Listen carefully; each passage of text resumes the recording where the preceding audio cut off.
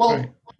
the subject is quite wide-ranging, so, and I think in many ways still open to debate and discussion what democratic public investment might mean and how it would be applied. But it is certainly an issue that is going to increase in intensity to understand, because one of the things that we've learned from this pandemic is the total failure of private investment and the market economy in dealing with the COVID pandemic, not only from the point of view of the pharmaceutical companies having spent no money whatsoever in research for potential vaccines that come from the pandemics, the pathogens that are already being in human beings in previous pandemics that we've had for the last 25 years. I saw a measure the other day which said of the 19 US pharmaceutical companies, 16 do no research whatsoever in vaccines or any diseases that particularly affect the poorer parts of the world. And of those 3, none of them really do any vaccine research in the pandemics that are now appeared, in particular COVID-19. That's an indication that as far as the private sector is concerned, this is not profitable, and therefore there has been no investment in it. Only public investment has achieved the target of trying to get a vaccine now, belatedly in 2020 or into 2021. The pharmaceutical companies are now going to make a fat profit out of government contracts that are springing across the board in order to find the vaccine that would help to control this current virus in future, if it can do so. And on the other hand, also, we've also found that the market economy just doesn't work, and private investment hasn't worked in actually containing the virus. Health systems vary in degree in how much public investment's in them, and whether you have a single care at the point of use health system free, or whether you have a virtually private system, as in the case of the US. It's clear from work that's been done that the more a health system is publicly controlled and invested in, the better has been the containment during this COVID pandemic. And the least effective health systems have been the ones that have been mostly privatized, as in the US. Because the cost, of course, of private health is so high.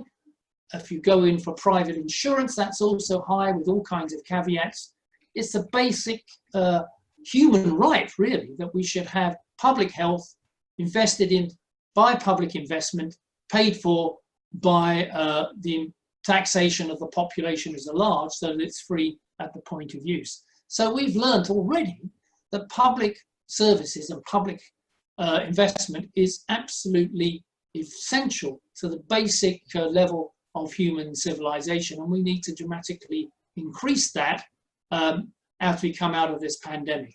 And it's not just in health, but it's also in education and in transport and in communications and so on. So I'm just going to, taking us a little bit further down there, I'm just going to show you a few slides which will take us through the point about, having said that public investment and public organized systems are essential to human civilization, what does that mean in terms of control and the democratic control of those public investments? So if I just share a few graphs here, I'll just, if I get the share button, there we go. I am disabled. If the organizer could enable me to share. No, how to enable you? I didn't. You share. You go to the share button and say share for everyone or something like that. Okay. Okay, here we go. I think that's it. Yeah. Yep, that's it. Thanks. Let me see if I can We're find all this Zoom technology as we go along, I guess. Where's my? Let me get it here. Okay. Right. So the basis, it seems to me, of public investment. So Bob, we're not actually seeing anything at the moment. Oh, right. Okay. So it's got an advanced sharing option. Yeah, it's got it ticked against all participants. Okay, let me see if I can get this going. And all I've changed is from one participant can share at a time to multiple participants can Yeah, that's share okay. I think you've simultaneously. got it. I just can't seem to find my file. Why is I not Oh, seeing okay. the file?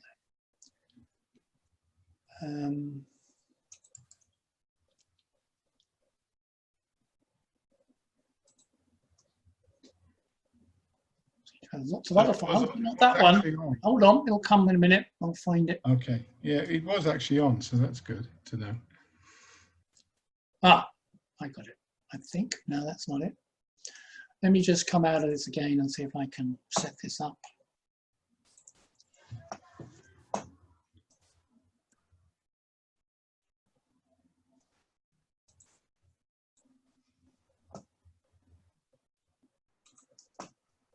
Right, share screen. There we go. Aha. Now you can see it.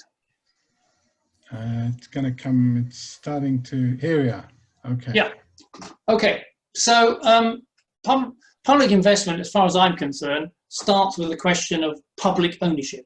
Without complete control by governments, we cannot really begin to use public investment in the most effective way in order to meet social need.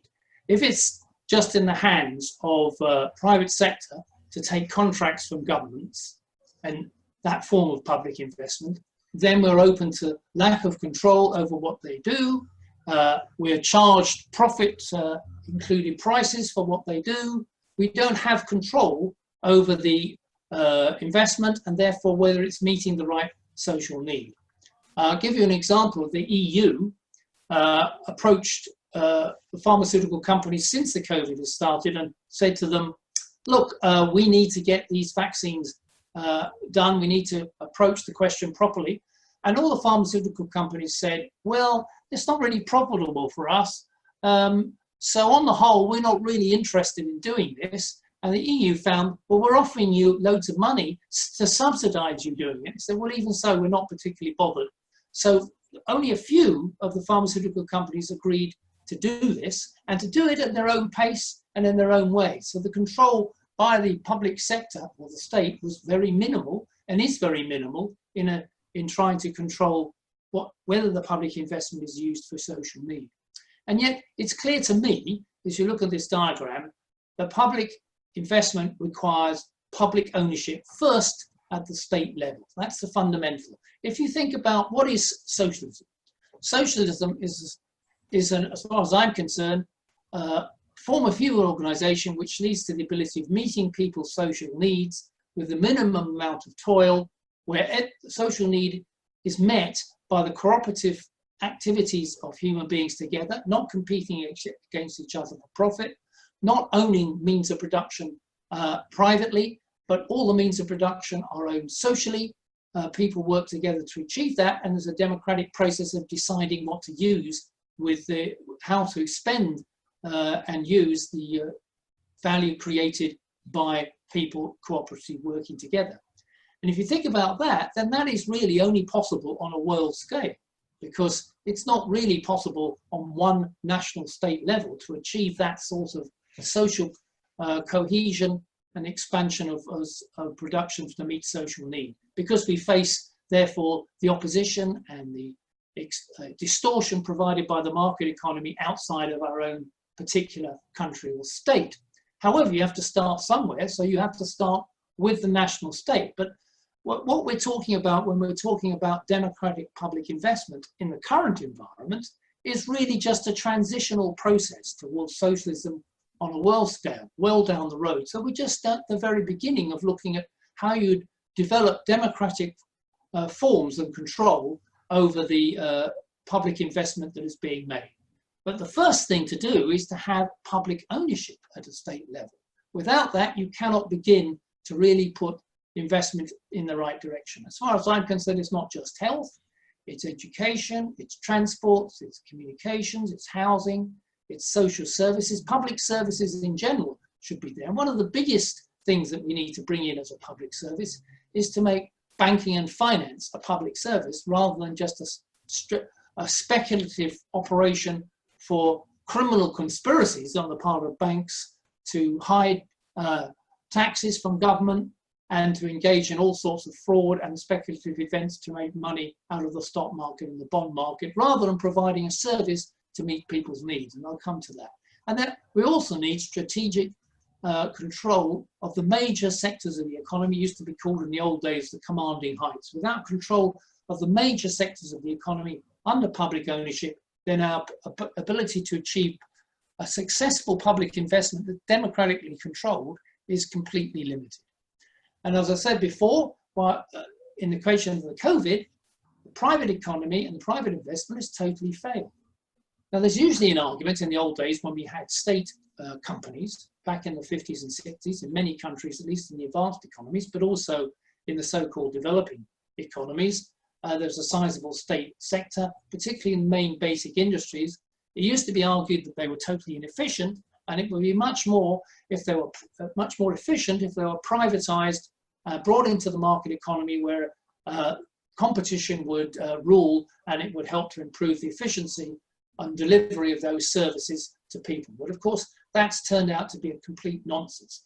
One of the examples that springs to mind for me is the example of Carillion, which was a construction company, infrastructure company in the UK, which was able to take up a load of contracts that normally would have been done by local governments or public sector operations. And they just used all their money that they were getting from government contracts to pay dividends to their shareholders, running up a huge pensions deficit, and eventually collapsing because they couldn't carry out the program of projects that they had won contracts for from government.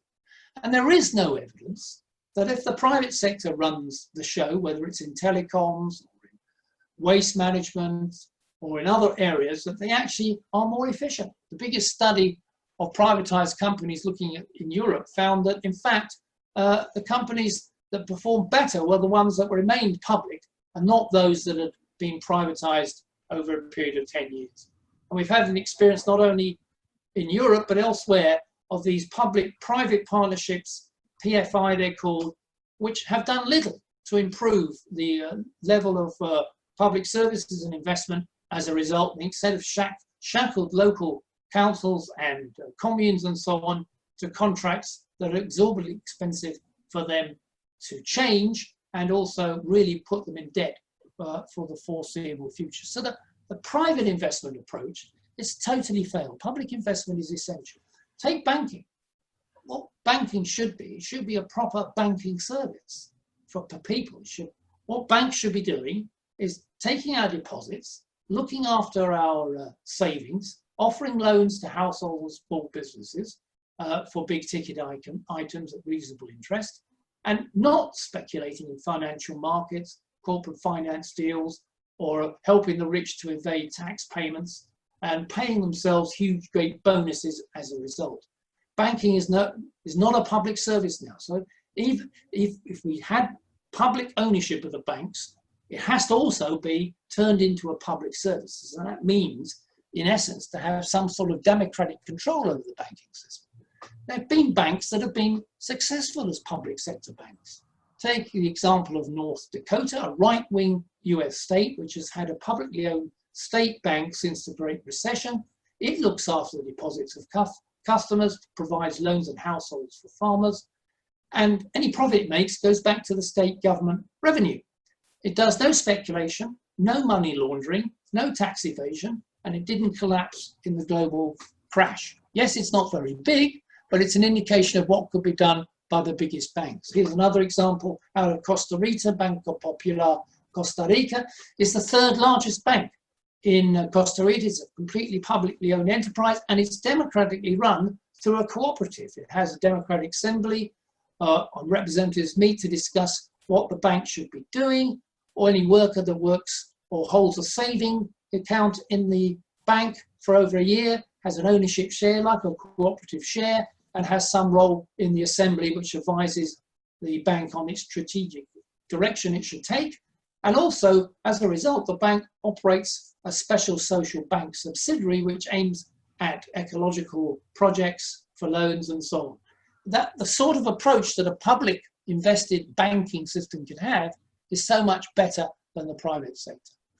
But that doesn't exclude, it seems to me, recognizing the role of cooperative projects and entities. Cooperative ownership has a long history in the socialist trade union movement, starting with Robert Owen back in the early 19th century. Marx and Engels commented on the role that Owen played in trying to develop the rights of workers to have a say in what was going on in the workplaces that they have now. And there's been a whole range of cooperatives that developed not only in production cooperatives, but also retail cooperatives, credit unions, and so on. And in the 70s, when companies were closed down by governments or by their private owners, then there have been attempts to maintain the workplace and the project through cooperatives. The famous one in the 1970s in the UK was the Lucas Aerospace Company, which mainly produced military planes and equipment. When it was closed in the 1970s, the shop stewards organised a cooperative which turned the strategy away from defence sectors and looked at ecological projects for the first time at that time. So there is potential of ownership which is in the public sector, which uses public investment, but it's worker owned, it's worker cooperatively owned. So it's not just the level of the high national state level, but also at the level of the cooperative. And so there are a whole range of cooperative movements which still exist around the world, and which, in my view, if connected to the national state sector as part of on an umbilical cord between the two, then the state sector and state investment can help cooperatives to flourish and develop and spread, and the co-ops can provide local-based connection for people with public investment involved. Municipal ownership is another area of democratic reform that we could have in public investment. Even in the USA, there are 230 municipally owned projects and companies in energy, in health, in telecoms, in water and local government. This seems an obvious area in which we can expand the local connection of public investment to the people in that area. So it doesn't have to be a monolith state company at a national level. It can, even if that's providing the basic infrastructure, there's no reason why we can't have municipally or state-owned or lower-level regional-owned companies with democratic control in those companies to allow people to have a say in how they're being run in their area. One example is the Hamburg Municipal Council, which in the last 5 years, under the pressure of people in Hamburg, has successfully nationalized or municipalized the electricity, gas, and other sectors of the city economy, bringing the electricity grid into public ownership, and through that setting up representatives of the community to be involved in how those gas and heating grids and other areas of utilities are run. There is no reason why public investment has to be bureaucratic. It can have the input of the population at large, whether nationally or locally. One of the sops that's often offered by capitalism is the idea, yes, well, maybe you can have workers on the board. This is a common demand. In Germany, most big companies, private sector companies, have workers on the board, but it doesn't make a lot of difference. They don't really have much power to change what those companies do, and often, obviously, they're a minority on the board, and they merely offer, as it were, a veil or cover for management to continue to carry out those policies. I think we would, as socialists, want workers on the board, but we want workers' control of the board.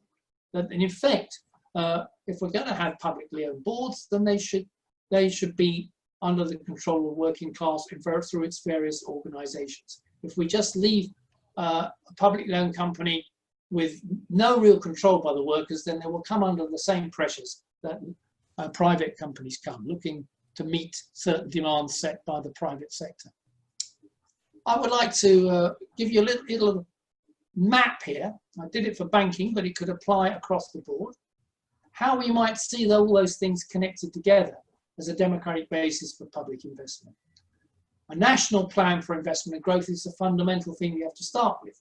And what we're saying is that's public investment, then it's going to be publicly owned. So it means that we have agreed targets for investment, whether it's banking finance or whether it's investment in general, with submissions by the various levels of local organizations, including working class organizations, labor organizations. And then on the basis of that plan, both for finance and investment, that can be used to either develop it at a state level with publicly owned banks or strategic sectors of the economy, and at local level, cooperatives and other credit organizations.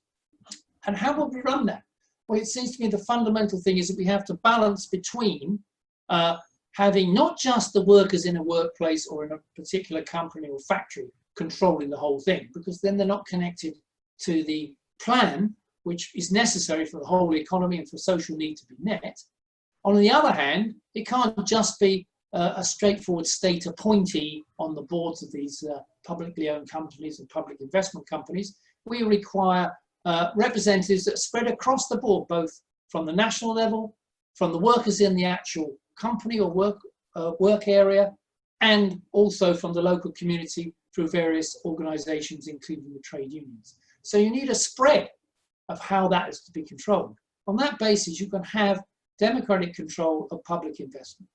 So this is a project for democratic control is something we're discussing, I suppose, because we can see, not just socialists, but many in the public can see the need for public investment now out of this COVID pandemic, the failure of private investment, the failure of the private sector.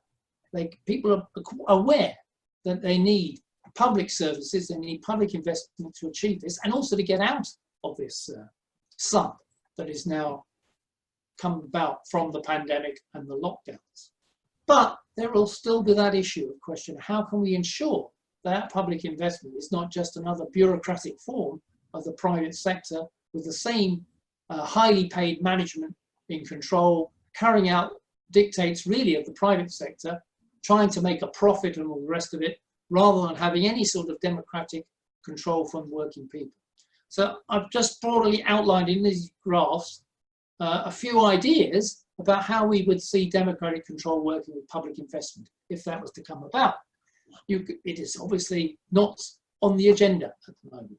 It is in the minds of people that they need public investment. So this is an opportunity to deal with the argument that public investment is inefficient, it's bureaucratic, and it's better to have some sort of individual private economy.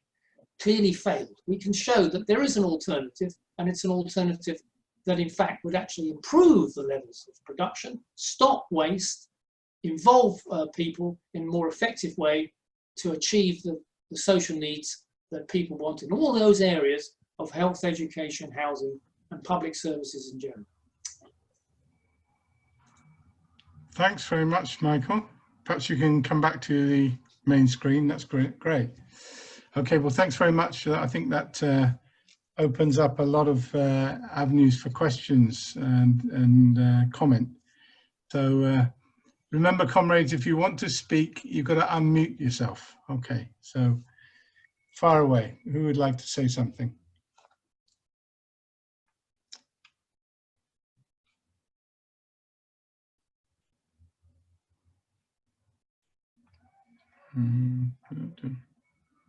We've got 16 participants at the moment, okay, various countries. So don't be shy, get in while you've got your chance.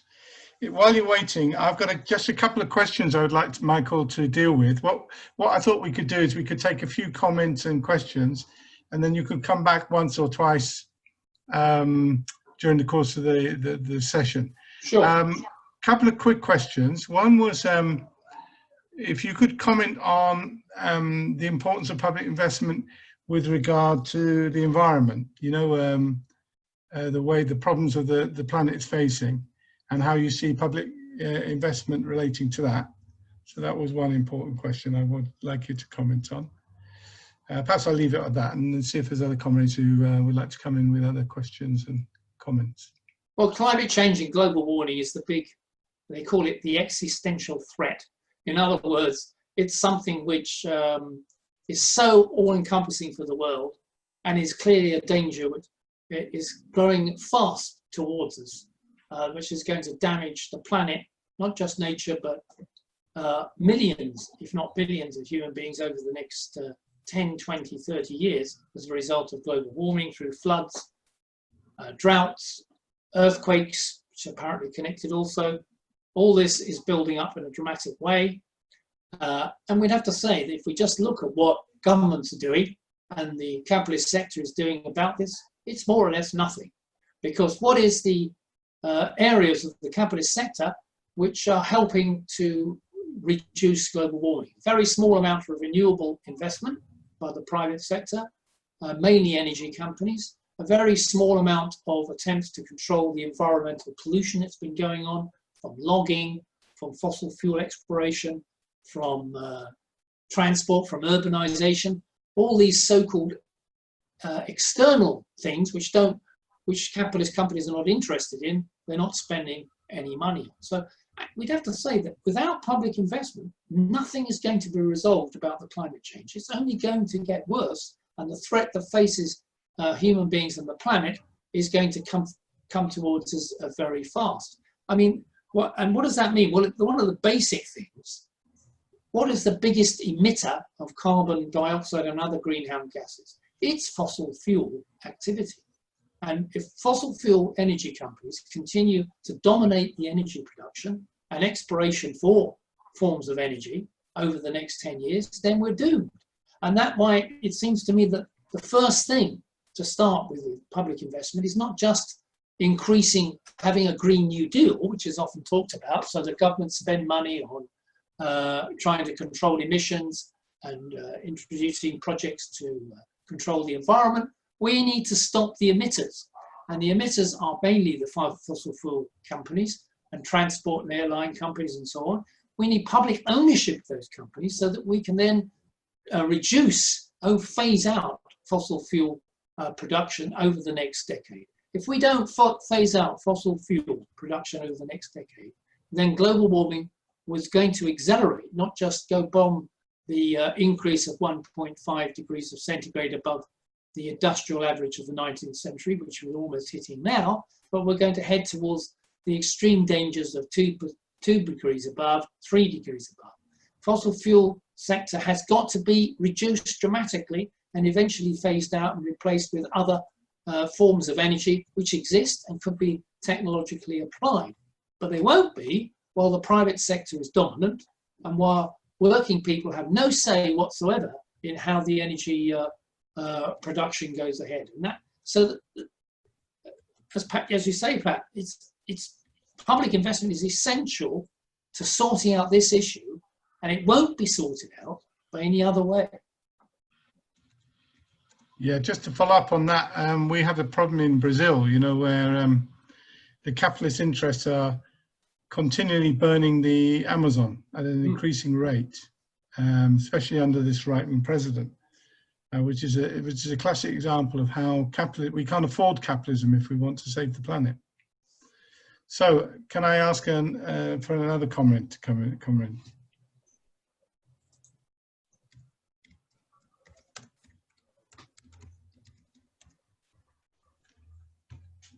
Themos, you haven't indicated. Usually you come in. There's a chat question I have here as well.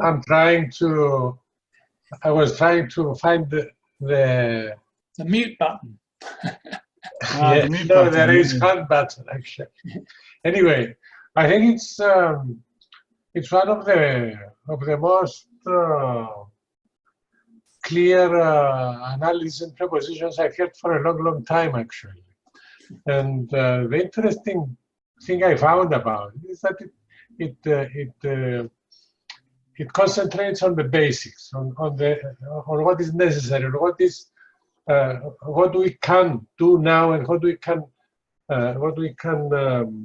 really suggest. And it doesn't go further than that.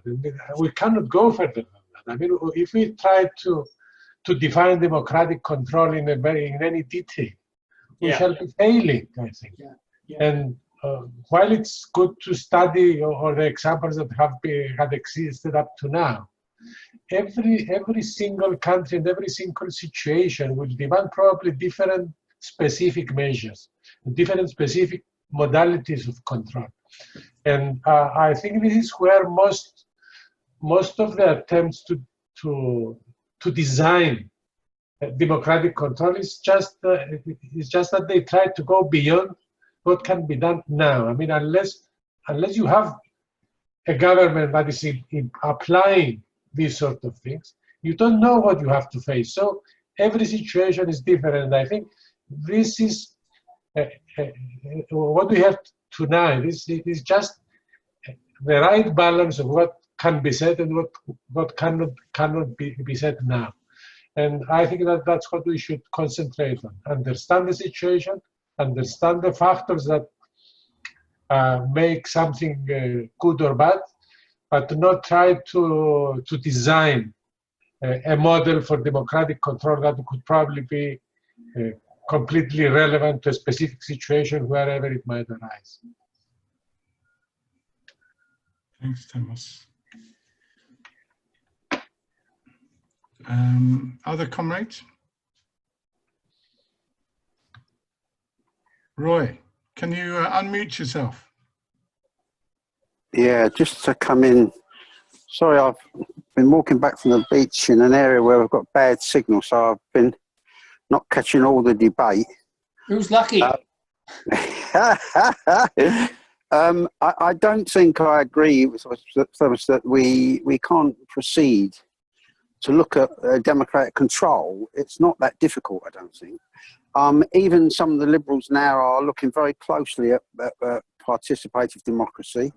We've had a democracy and participation review done in Newham for the Newham Council, which was headed off by a professor Bristol University, who actually was an advisor to Tony Blair at one time, and a team of people who took expert witness statements on how we could proceed, and they came up with a number of innovative ways of doing things. You're using participatory deliberative democracy and co-production, which are all means by which you can balance the representative democracy that carries on in the council with the councillors and the leader, and we're having this big battle.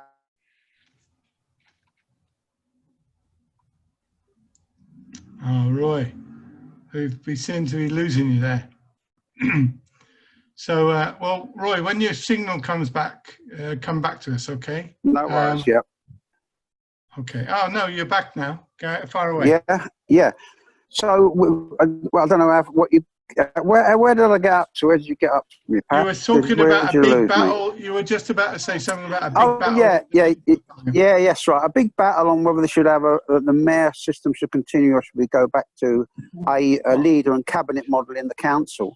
And that's a debate we're having. But what's good about what's come in this review is this process whereby, particularly under co-production, and it's bastardized sometimes, but it really means that you don't get consultation, or the council comes up with something that consults people.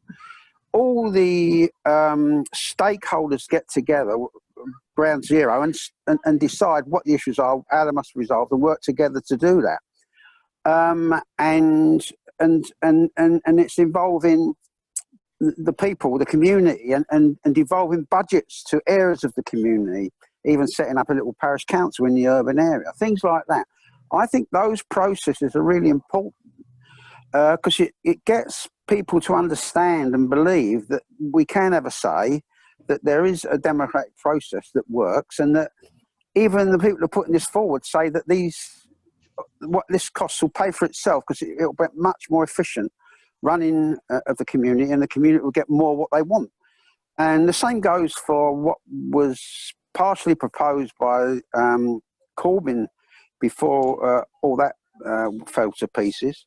But in the terms of running, like you said, Michael, that the public sector needs to be run by the public, by the stakeholders in those various sectors, and publicly owned and not run bureaucratically as the private sector. All that debate is what we should be involved in. I mean, we should be trying to fashion, and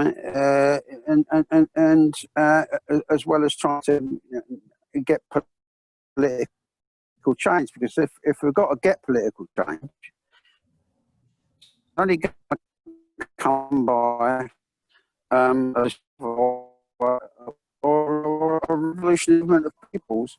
So I certainly think that our China is operating about how things should or shouldn't be run. I don't think we should shy away from that discussion and that debate. It's an important one we have to have, in my opinion.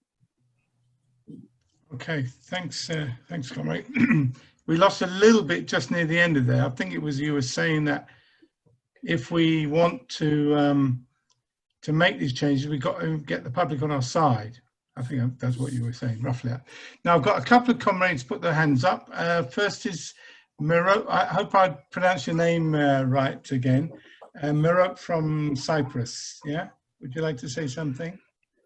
Actually, I think that Mike Rahman had raised his hand first. I'll call Mike in after. No worries. Yeah. Okay. No problem. So I'll not speak about the big frame because it was a very clear and very realistic approach.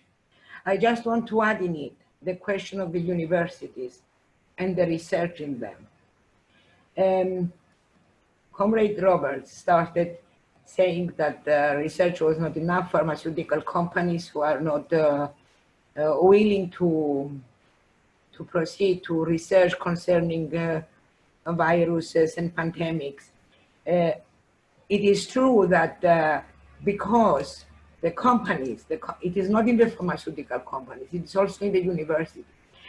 Because from the time that research was funded, started getting funded by the private companies, actually what they were doing was to use the infrastructure of the universities and the research laboratories to pay just for some salaries, some projects, but they were at the same time controlling what was to be searched for. There was an experience with the previous coronaviruses, and there was an advancement. And then because it was not so long-lasting, and because there was no profit, they stopped the research. Stopping the research means that the scientists who had the experience, who had just lost their the money, their contracts, the contracts were not renewed. So all this gathered experience is lost by changing the subject. So I consider that the way that research and universities have turned to commodification has costed a lot, not only for facing a pandemic, but also for advancing of science. Science is advanced according to how private money decide what is best, not even for the sake of knowledge and not also for the sake of people to get advantage from this knowledge. Yes, this is what I wanted to comment. We need to put this in the frame also, in my opinion. Thanks, Murupi. Mike from Guyana. If you can unmute yourself. You hear me? Yes, hear you great, yeah. Okay, I'm sorry I joined a little bit late. I got confused with the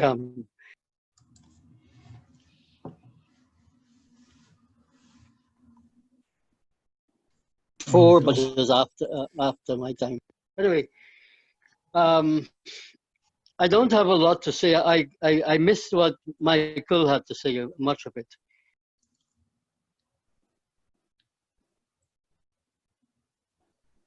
"25 years. My views doesn't differ from yours, but what you've been expressing. but specifically for Guyana, it's kind of a unique country in the sense that we've had two Stalinist parties, really Stalinists, who actually pursued nationalization in the 1980s, or 1970s, sorry. And they nationalized 80% of the economy, which included the sugar industry, the bauxite industry, the entire forestry, and lots of other timber, shipping and so on. But obviously it remains, and it's an important subject that the comrade who spoke before the female comrade, that we need to discuss, at least for us, for me, the question about what is going on in China. It's important because there are characterizations about what China is, state capitalist, socialist. We need to be able to be clear because our people here in Guyana are paying great attention to what is going on in China, on the war between China and United States of America. You may know that the Americans are attempting to land troops in Guyana to invade Venezuela. So we're in a very, very difficult situation at this moment, including the pandemic. So Mike, is the public ownership that took place in the 70s, did they reverse all that? Is it all privatized back to the private sector now? Most of it, you know, and the reason for that is because the same party that led it, Mr. Burnham, you know, the Yeah, I politics. remember. Yeah. He when he died in 1985, I was staying with Pat. We were campaigning against him, but it's a long story. When he died, his predecessor, Desmond Hoyt, he renationalized. He privatized most of these companies, and what remains is the utility companies, the electricity and water, are still state-owned companies, but they're run very, very badly. Underinvested, bureaucratic. Everything that goes with it, you know. I don't have to repeat it. It's a symptom of all these what the state capital. I don't know if you want to call it state capitalism. They reverted to state capitalism. I don't think that they were. Huh? It's capitalism, really. Yeah. Right. So, Michael, you'll have to redefine some of these things because remember, we're dealing with a new generation. Yeah. We're not accustomed to these type of terminologies. No. And we have to reword it in a way which people really understand. My last point about it is before I finish is I would like comrades to consider the question about how do we these are brilliant ideas. I mean, they're all implementable. The question is, how do we get our message across to the very ordinary people above the head of these bureaucrats and capitalists? How do we get that message across in the most simplest language? I think that we're enjoying the best of humanity in the sense that the reality is that we are able to talk to each other, which has never been done before, or imagine that we could do this. If Marx or Lenin them had this facility, we would have made world revolution a long time. So we have great possibilities, and I was happy when Pat reconnected with me, and now living in Guyana. There's tremendous opportunities for what may appear to be a little group. I think we have great opportunities to change the world. That's my last day for now. Thanks, Mike. What on the question of China, I don't want to cut off any discussion, but we're going to have a session in 2 months' time on, because we've already had a session on what kind of society China is and how it came about. But we're going to have a session on looking forward, what needs to be done in China, what could be improved, and what changes need to be done. So I think all those issues will be taken up in there.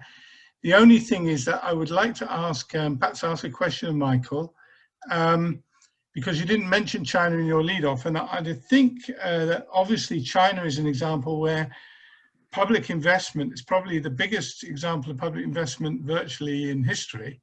Perhaps he could say something about the role of public investment and what it's shown in China in his response. Okay. Michael, do you want to come back at this point? There's quite a lot of questions. What Mike said about Guyana was interesting because it shows that taking into public ownership the major sectors of economy, particularly a relatively small developing economy, is not going to be enough unless there's a plan for production for need and investment. But really what you had there was a very brief period, actually, by the looks of it, no more than maybe 10 years before it was privatized back again. And during that period, it clearly wasn't used, the public ownership wasn't used in the direction of providing social need, but to merely, I don't know enough about it. I'm sure Mike could go at length about this. It didn't go in the direction of what we've been talking about, of building a publicly owned public sector with a control over the economy, which will go in the direction of social need. It was a period where, very brief, that was then reversed. It's not the situation in China, because as you probably discussed, China actually had a revolution. It threw out the capitalists and the landlords, such as they were in China, and eventually the warlords who were backing them, and they all had to flee to Taiwan.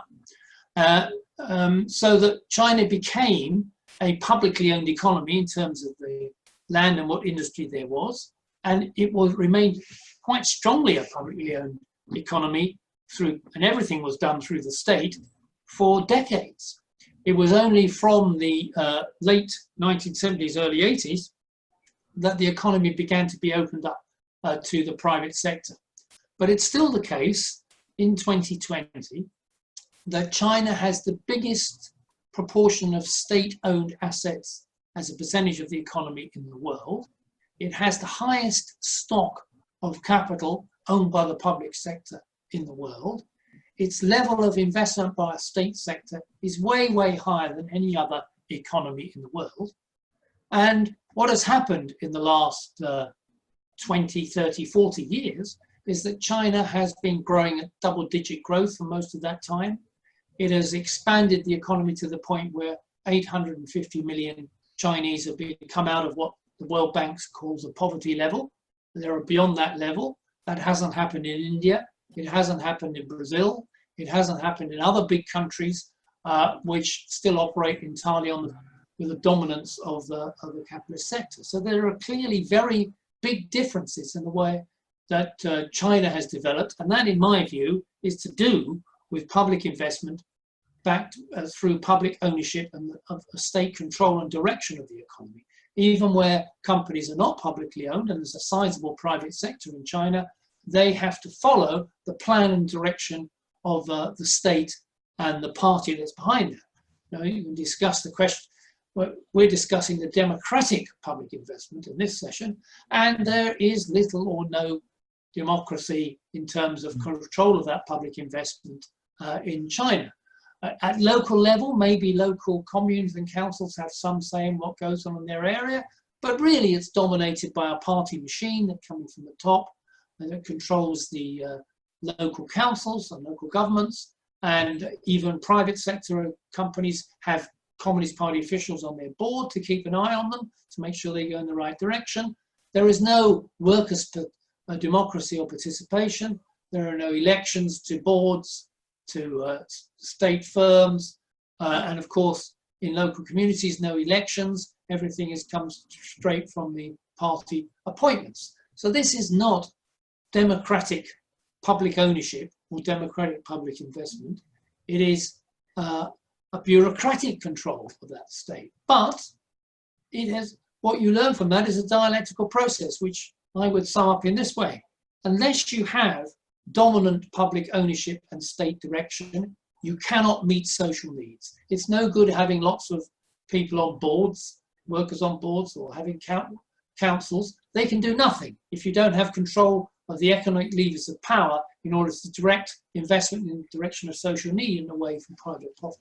On the other hand, you cannot expect China to develop and develop the population as a whole and move that beyond the Chinese borders unless there was real democratic control and ownership of that amongst the people of China. It doesn't exist. So there's a different form of change that's got to take place in China, which is yet to happen. Maybe it won't happen. Maybe China will go backwards towards, as happened in Guyana, if you like, on a small scale, back towards a completely capitalist system. We shall see. But clearly, you need both. You can't have one without the other. You can't have democracy without public ownership and public investment. And you can't have successful public ownership and public investment without democracy. At the moment, China is proving that argument wrong, but only for 20, 30, 40 years in a very big economy. We shall see what happens over the next few decades. Thanks, Michael. That's good. I think the discussion is progressing very well. Manzoor, would you like to say anything? Yes, thank you, Pat. It's a very good discussion. What will be the method of the public ownership? Because if we say nationalization, it means bureaucratization. So what will be the method? Through shareholders to give to the workers? So what is the method?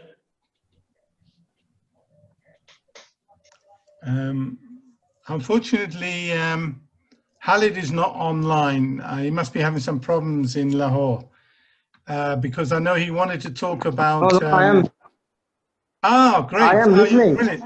Fantastic. I'm here. In the list. Great. Okay, Khalid. Did you want to say anything about the? I remember you were talking to me recently about all the problems of water and electricity and so on in Pakistan, and how only public investment and ownership would solve that problem.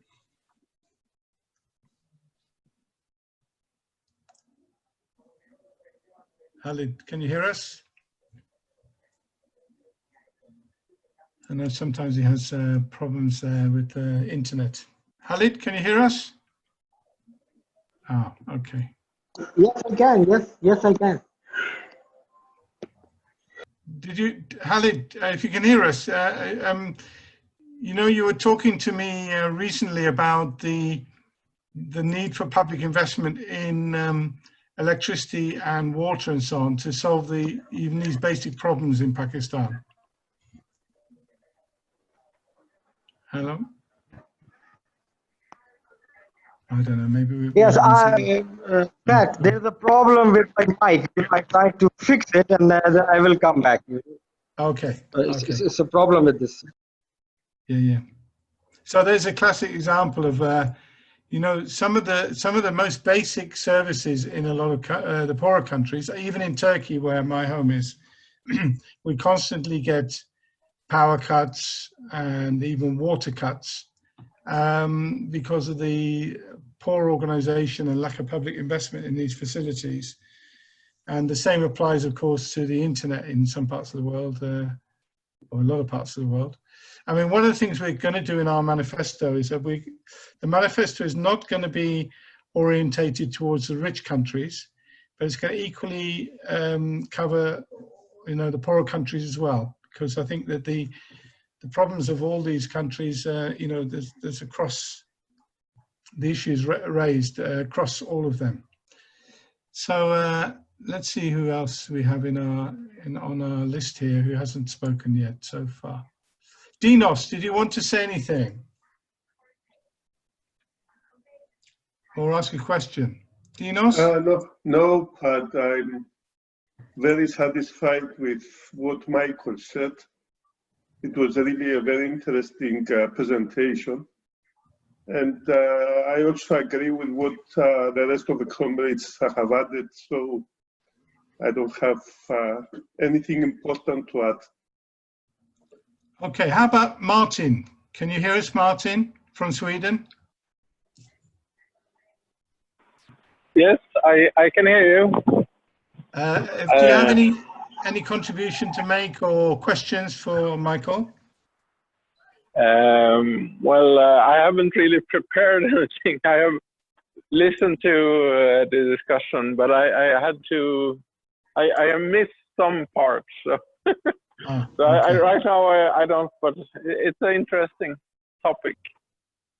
Well, if you missed anything, we're recording this, so we'll put up the link shortly after the meeting, so you can watch the parts you missed. All right. How about I like to say something. Sajjad. Okay, then Sajjad, go for it. Yeah. As Ghana comrade says, in Pakistan during Bhutto times, we nationalized most of the part of the economy. In education, in transport, in sugar industry, in ghee industry, in cement industry, most of the major part of the industry, we nationalized. But the system which the run by the government, by the bureaucratic method, the bureaucracy which we have, the administratively during the democratic time under the control of bureaucracy, and during the military dictatorship, that all the departments run by the army people. So not in the control of workers. However, the workers got the benefits. They have pensionable jobs and like other benefits. But after the new liberal economies, the most of the departments the government have privatized, and we have now dominated by the private sector. And we have seen the difficulties.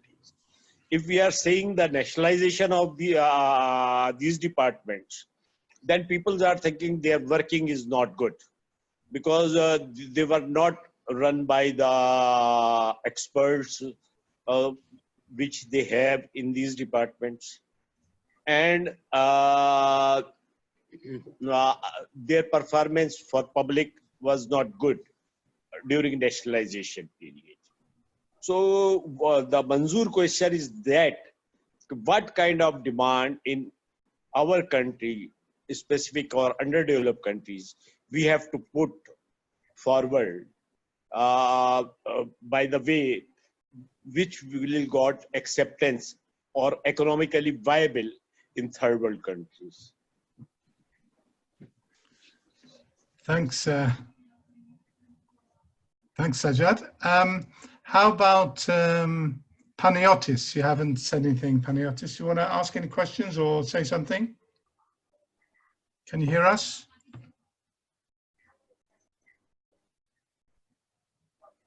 I don't know if he can hear us, maybe not. We've also got Stefan from Sweden. Stefan, would you like to say anything, question anything?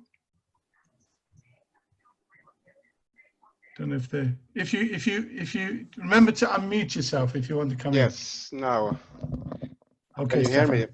Yes, yes, we can. Well, I think it was a great intro and very pedagogic. Sorry, I stumbled. Very, very pedagogic. Starting with the coronavirus and what do the private medical companies do to bring us vaccine against it. So I think it was a great start, and the rest of it too. But well, I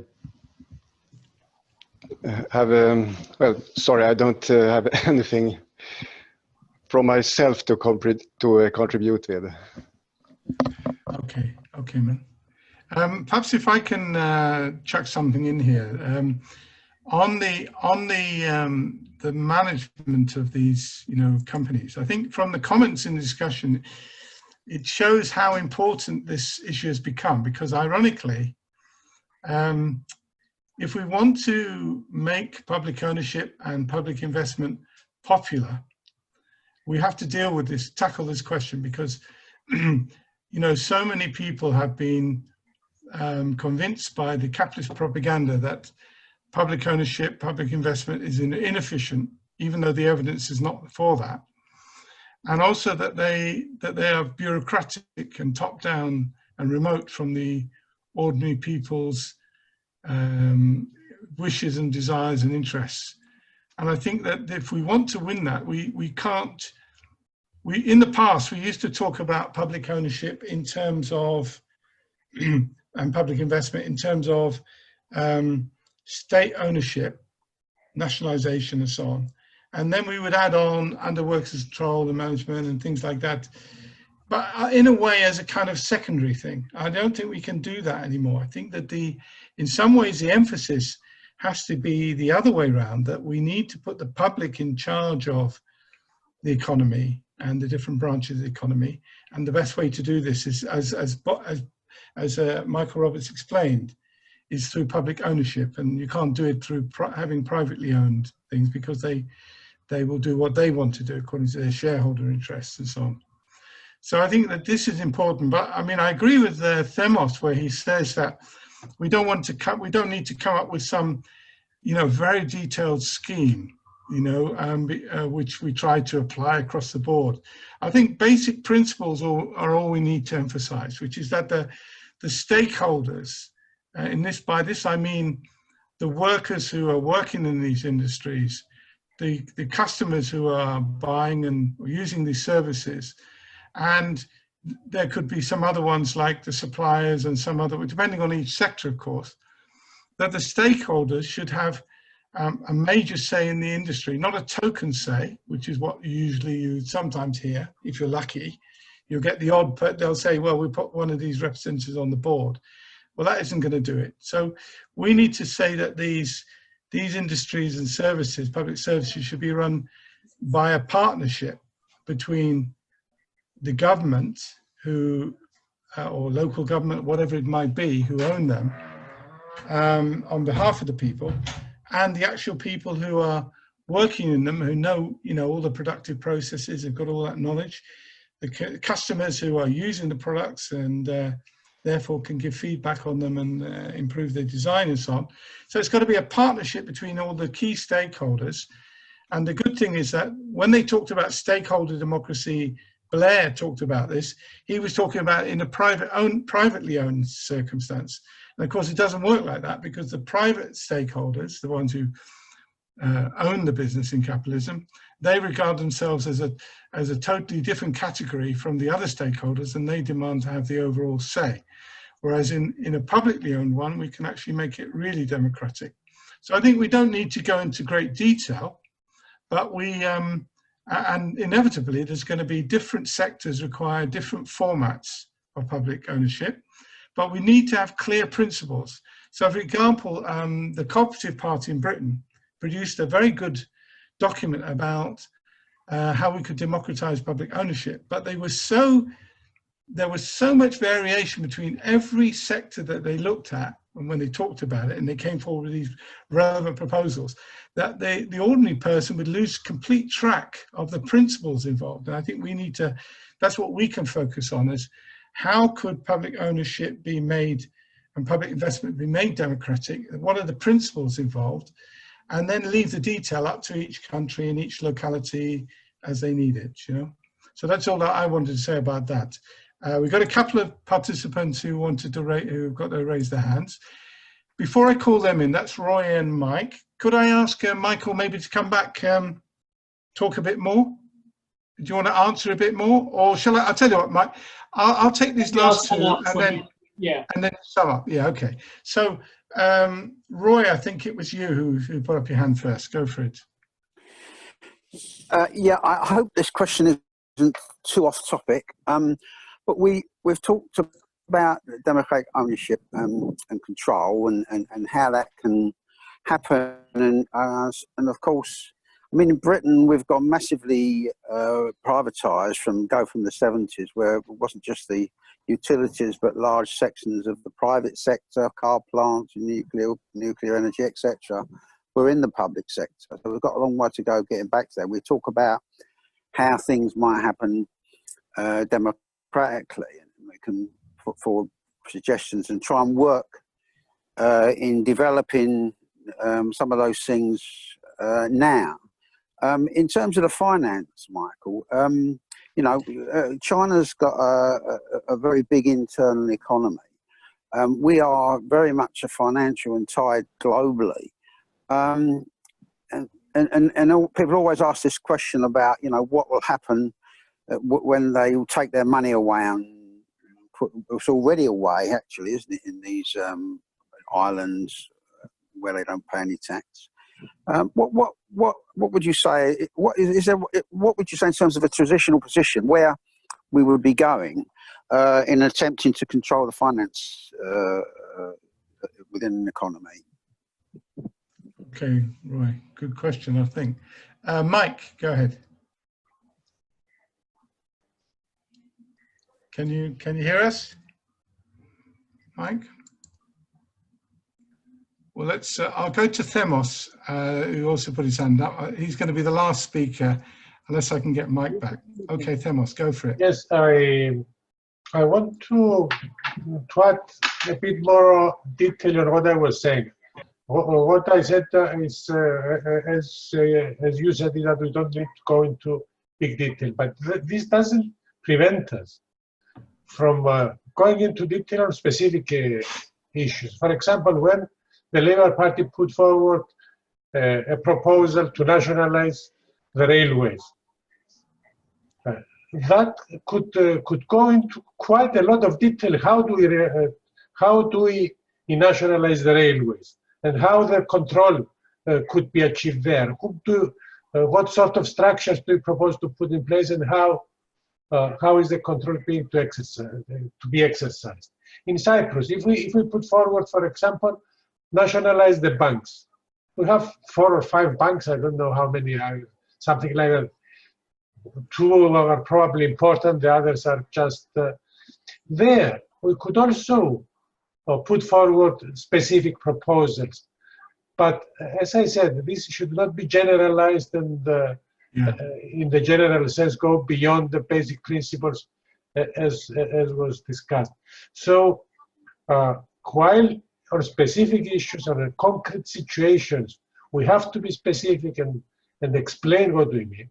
When we're talking in general, we should stay in general principles, so that we cover what you said, that when they started to study each sector separately, they came up with a big mosaic of different approaches, and this is how it's going to work out anyway. I mean, it has to be worked out specifically and not try to impose generalized ideas and end up with a Soviet-style generalization that doesn't really work. Yeah, thanks so much for clarifying that. Okay. Mike, trying to get you, but I don't know if I can. Mike from Guyana. You hear me now? Yes, we can, yeah. Okay. I think the Cormac made the point, what I was going to say. But I just kind of re-emphasize what he said. As Michael have said, we have experienced at least 10 years of the Burnham rule of public ownership, state ownership. The difficulty that we had, as this comrade has said, or the previous comrade, is that we have got to be more specific, because over the years, all what you've been saying about public ownership of the means of production, controlling the commanding heights of the economy, but we have not set out, at least I have not read anywhere, how we need to do that step by step. At the end of the day, it is the working people who have got to implement these ideas. They have got to be convinced that this is workable, it is in their interests, and they will have to fight for it. Difficulty we have in Guyana, I'm sure each of these countries have got the same or similar problems. That the trade union body that is supposed to be giving leadership to this thing is bankrupt, totally bankrupt. And in fact, I'm part of that leadership here in this country. And I can't get him to discuss these matters. I cannot get him to do it. So we're supposed to have in this part of the world, South America, English-speaking country, Guyana, supposed to have the most progressive trade unions.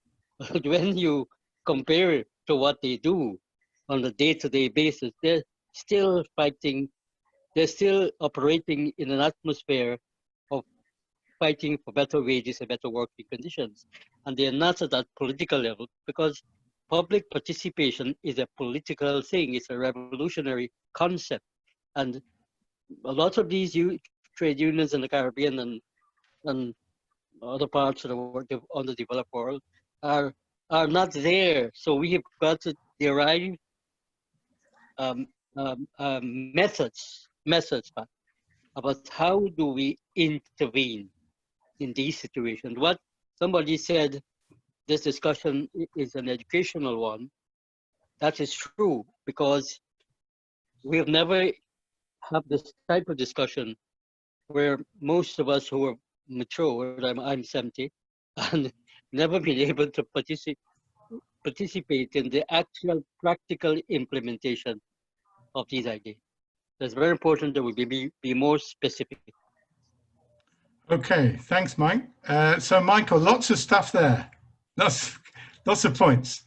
So yes, you've got a fair amount of time to, because we're not due to, we don't have to finish until the hour is up. So well, we don't want to tire everybody out. No, well, we normally leave up to 2 hours for these discussions in case the issues. Well, the reason, Michael, okay, I'll leave you to it anyway. Go for it. Yeah. The first thing I wanted to say was what Marina, I think you said from Cyprus about the universities. And I think that's a very important point because some of the most important technological innovations made in the last 50 years have not come from private investment or the private sector. They have come from the public sector and public investment.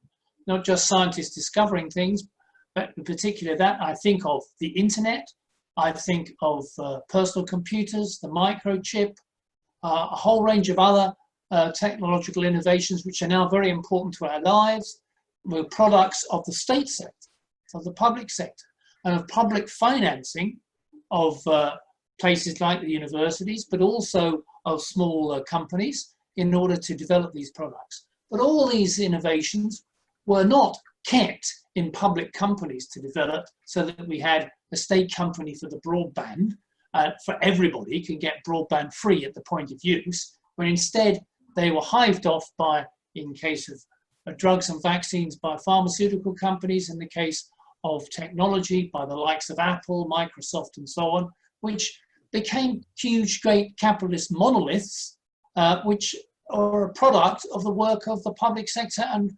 science and technology financed by the public sector.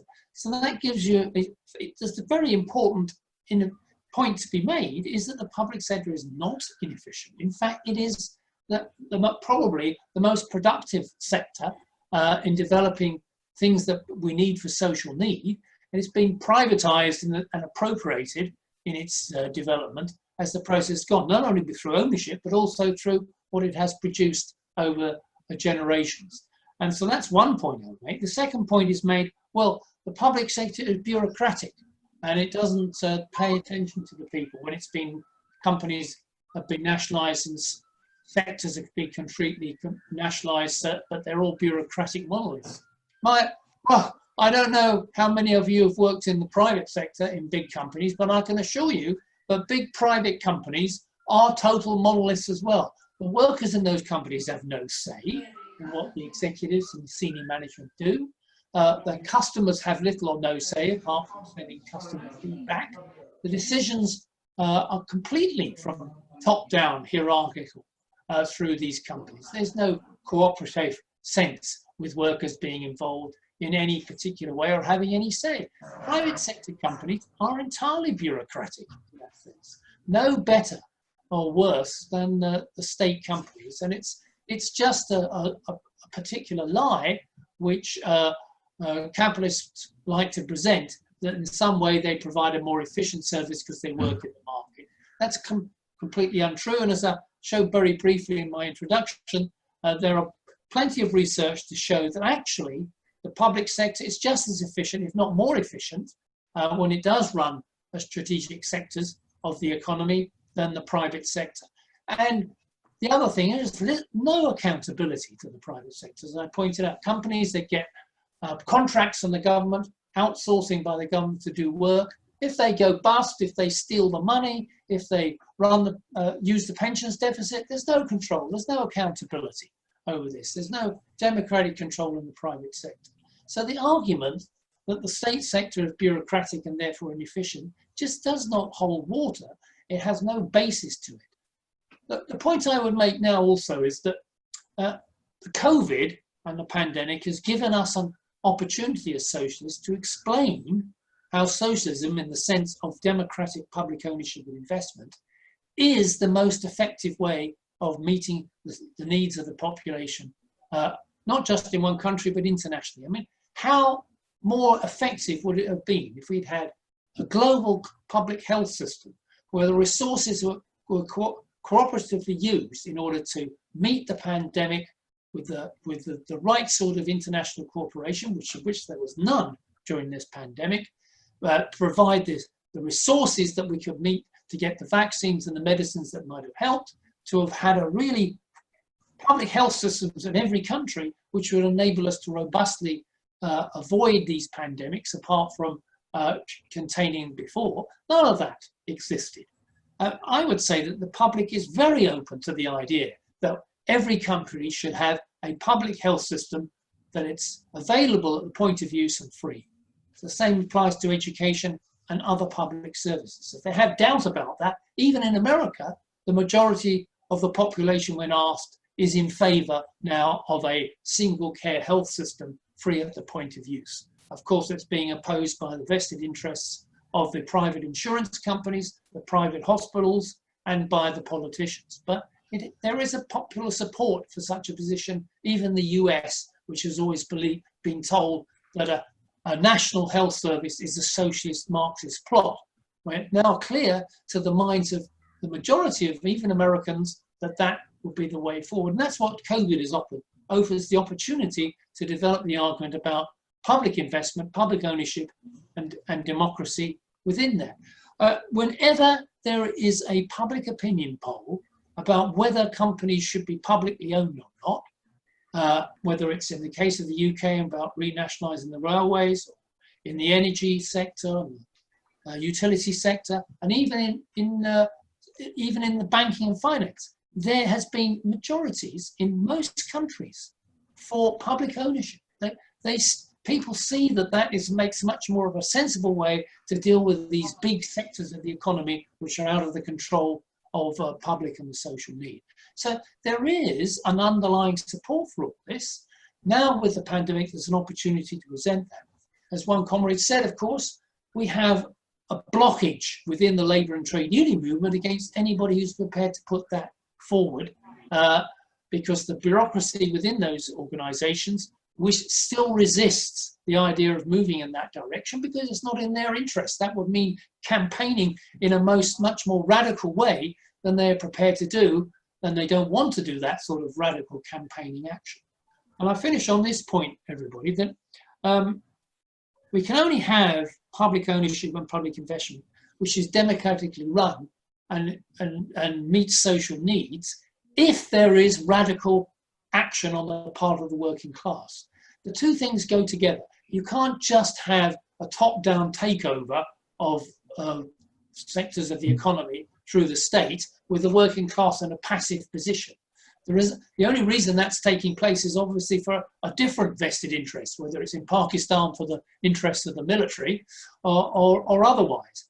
You can only be achieved in a democratic way and a successful way if it involves workers' action and democratic control through workers' organisations. The two things go together.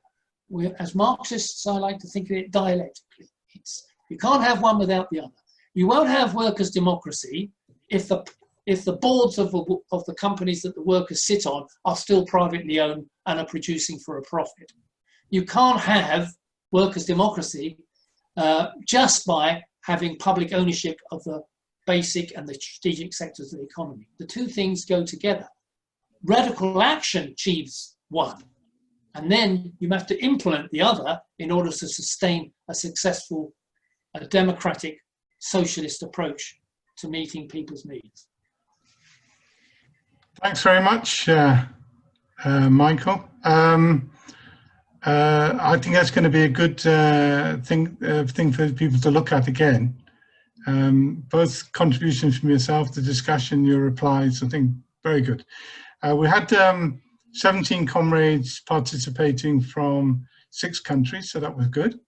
And Michael, we're making this as part of this is a process of different sessions, but we're doing it as part of a process of drawing up our manifesto. So we're actually going to use, and I hope you don't mind, but we'll probably take quite a few of your quotations and use them in the manifesto. So, you don't want to ruin the manifesto in that way? No. So we'll cherry pick. All right. No, but and I think that the manifesto is going to cover all of the things that have been raised. So I think it's going to be a pretty convincing document, very different from what's been done in the past. So it'll be interesting to see how it all turns out. We're going to produce. We're going to start producing soon, hopefully next month, some draft kind of chapters of the manifesto, and we're going to circulate them, and we'll also send them to you, Michael, to see if you're, so that we get feedback from people if they think there's things missing, or perhaps formulations that are not very good, or whatever, and then they can have a look at these. And these are not very long chapters. These, in most cases, might be like 5 pages or 6, 7 pages, so not too long to read, but because we don't want to produce a book out of this in terms of the manifesto, we want to produce a sort of like 50-page or 60-page document. And we're also going to produce a short 2-page summary of it for those people who don't have time to look at longer pieces. But we'll produce these chapters, these draft chapters, so with a couple of months for people to respond, and hopefully we'll get some feedback from the comrades. Okay, now we need to decide the next meeting. We were on a 3-week schedule. Can I just interrupt that? Say I must disappear now. Is that all right? All right. Yeah. Well, just to let you know that our next session is going to be on innovation, how innovation could work under democratic socialism. So that's another aspect that follows on very logically from your public investment. Okay. So Michael, thanks very much for your contribution. Brilliant. Bye, everybody. Bye-bye. Bye-bye. Bye. Thank you. Thank you, Governor. Okay. And I think all we have to do now is just to fix the next meeting. We were on a 3-week schedule to try and catch up on timetable. We're now back on schedule. So we were thinking like one in August and one in September, if that's okay. So the one in August, let's fix a date if we can. Yeah. And let's look. I mean, we could go for the last. We have it on a Wednesday, same time, same local times. Well, let's see what that would be in August. That would be the 26th of August. Would that be okay with comrades? Okay. Yeah. Any big problems? That's great. I think most people. Okay. I mean, we can't meet everybody's needs in terms of the time of the day and so on, but we seem to be getting a good turnout for the meeting, so I think we're doing all right on the times as well. Okay, and we'll circulate, details of the subject and speakers. Okay. All right, comrades. Any comrade need to say anything at this point? Fire away if you need to say something about what we're doing and how we're doing it. If not, I think that means silence is golden. That means comrades are happy with the way it's going. Brilliant. Okay. Thanks very much, comrades. And See you at the next meeting. All right, and I remind you that I'm stopping the recording now because we're going to put it up so you can watch this again if you missed any of it. Okay. All right. Thanks. Thank you, Owen.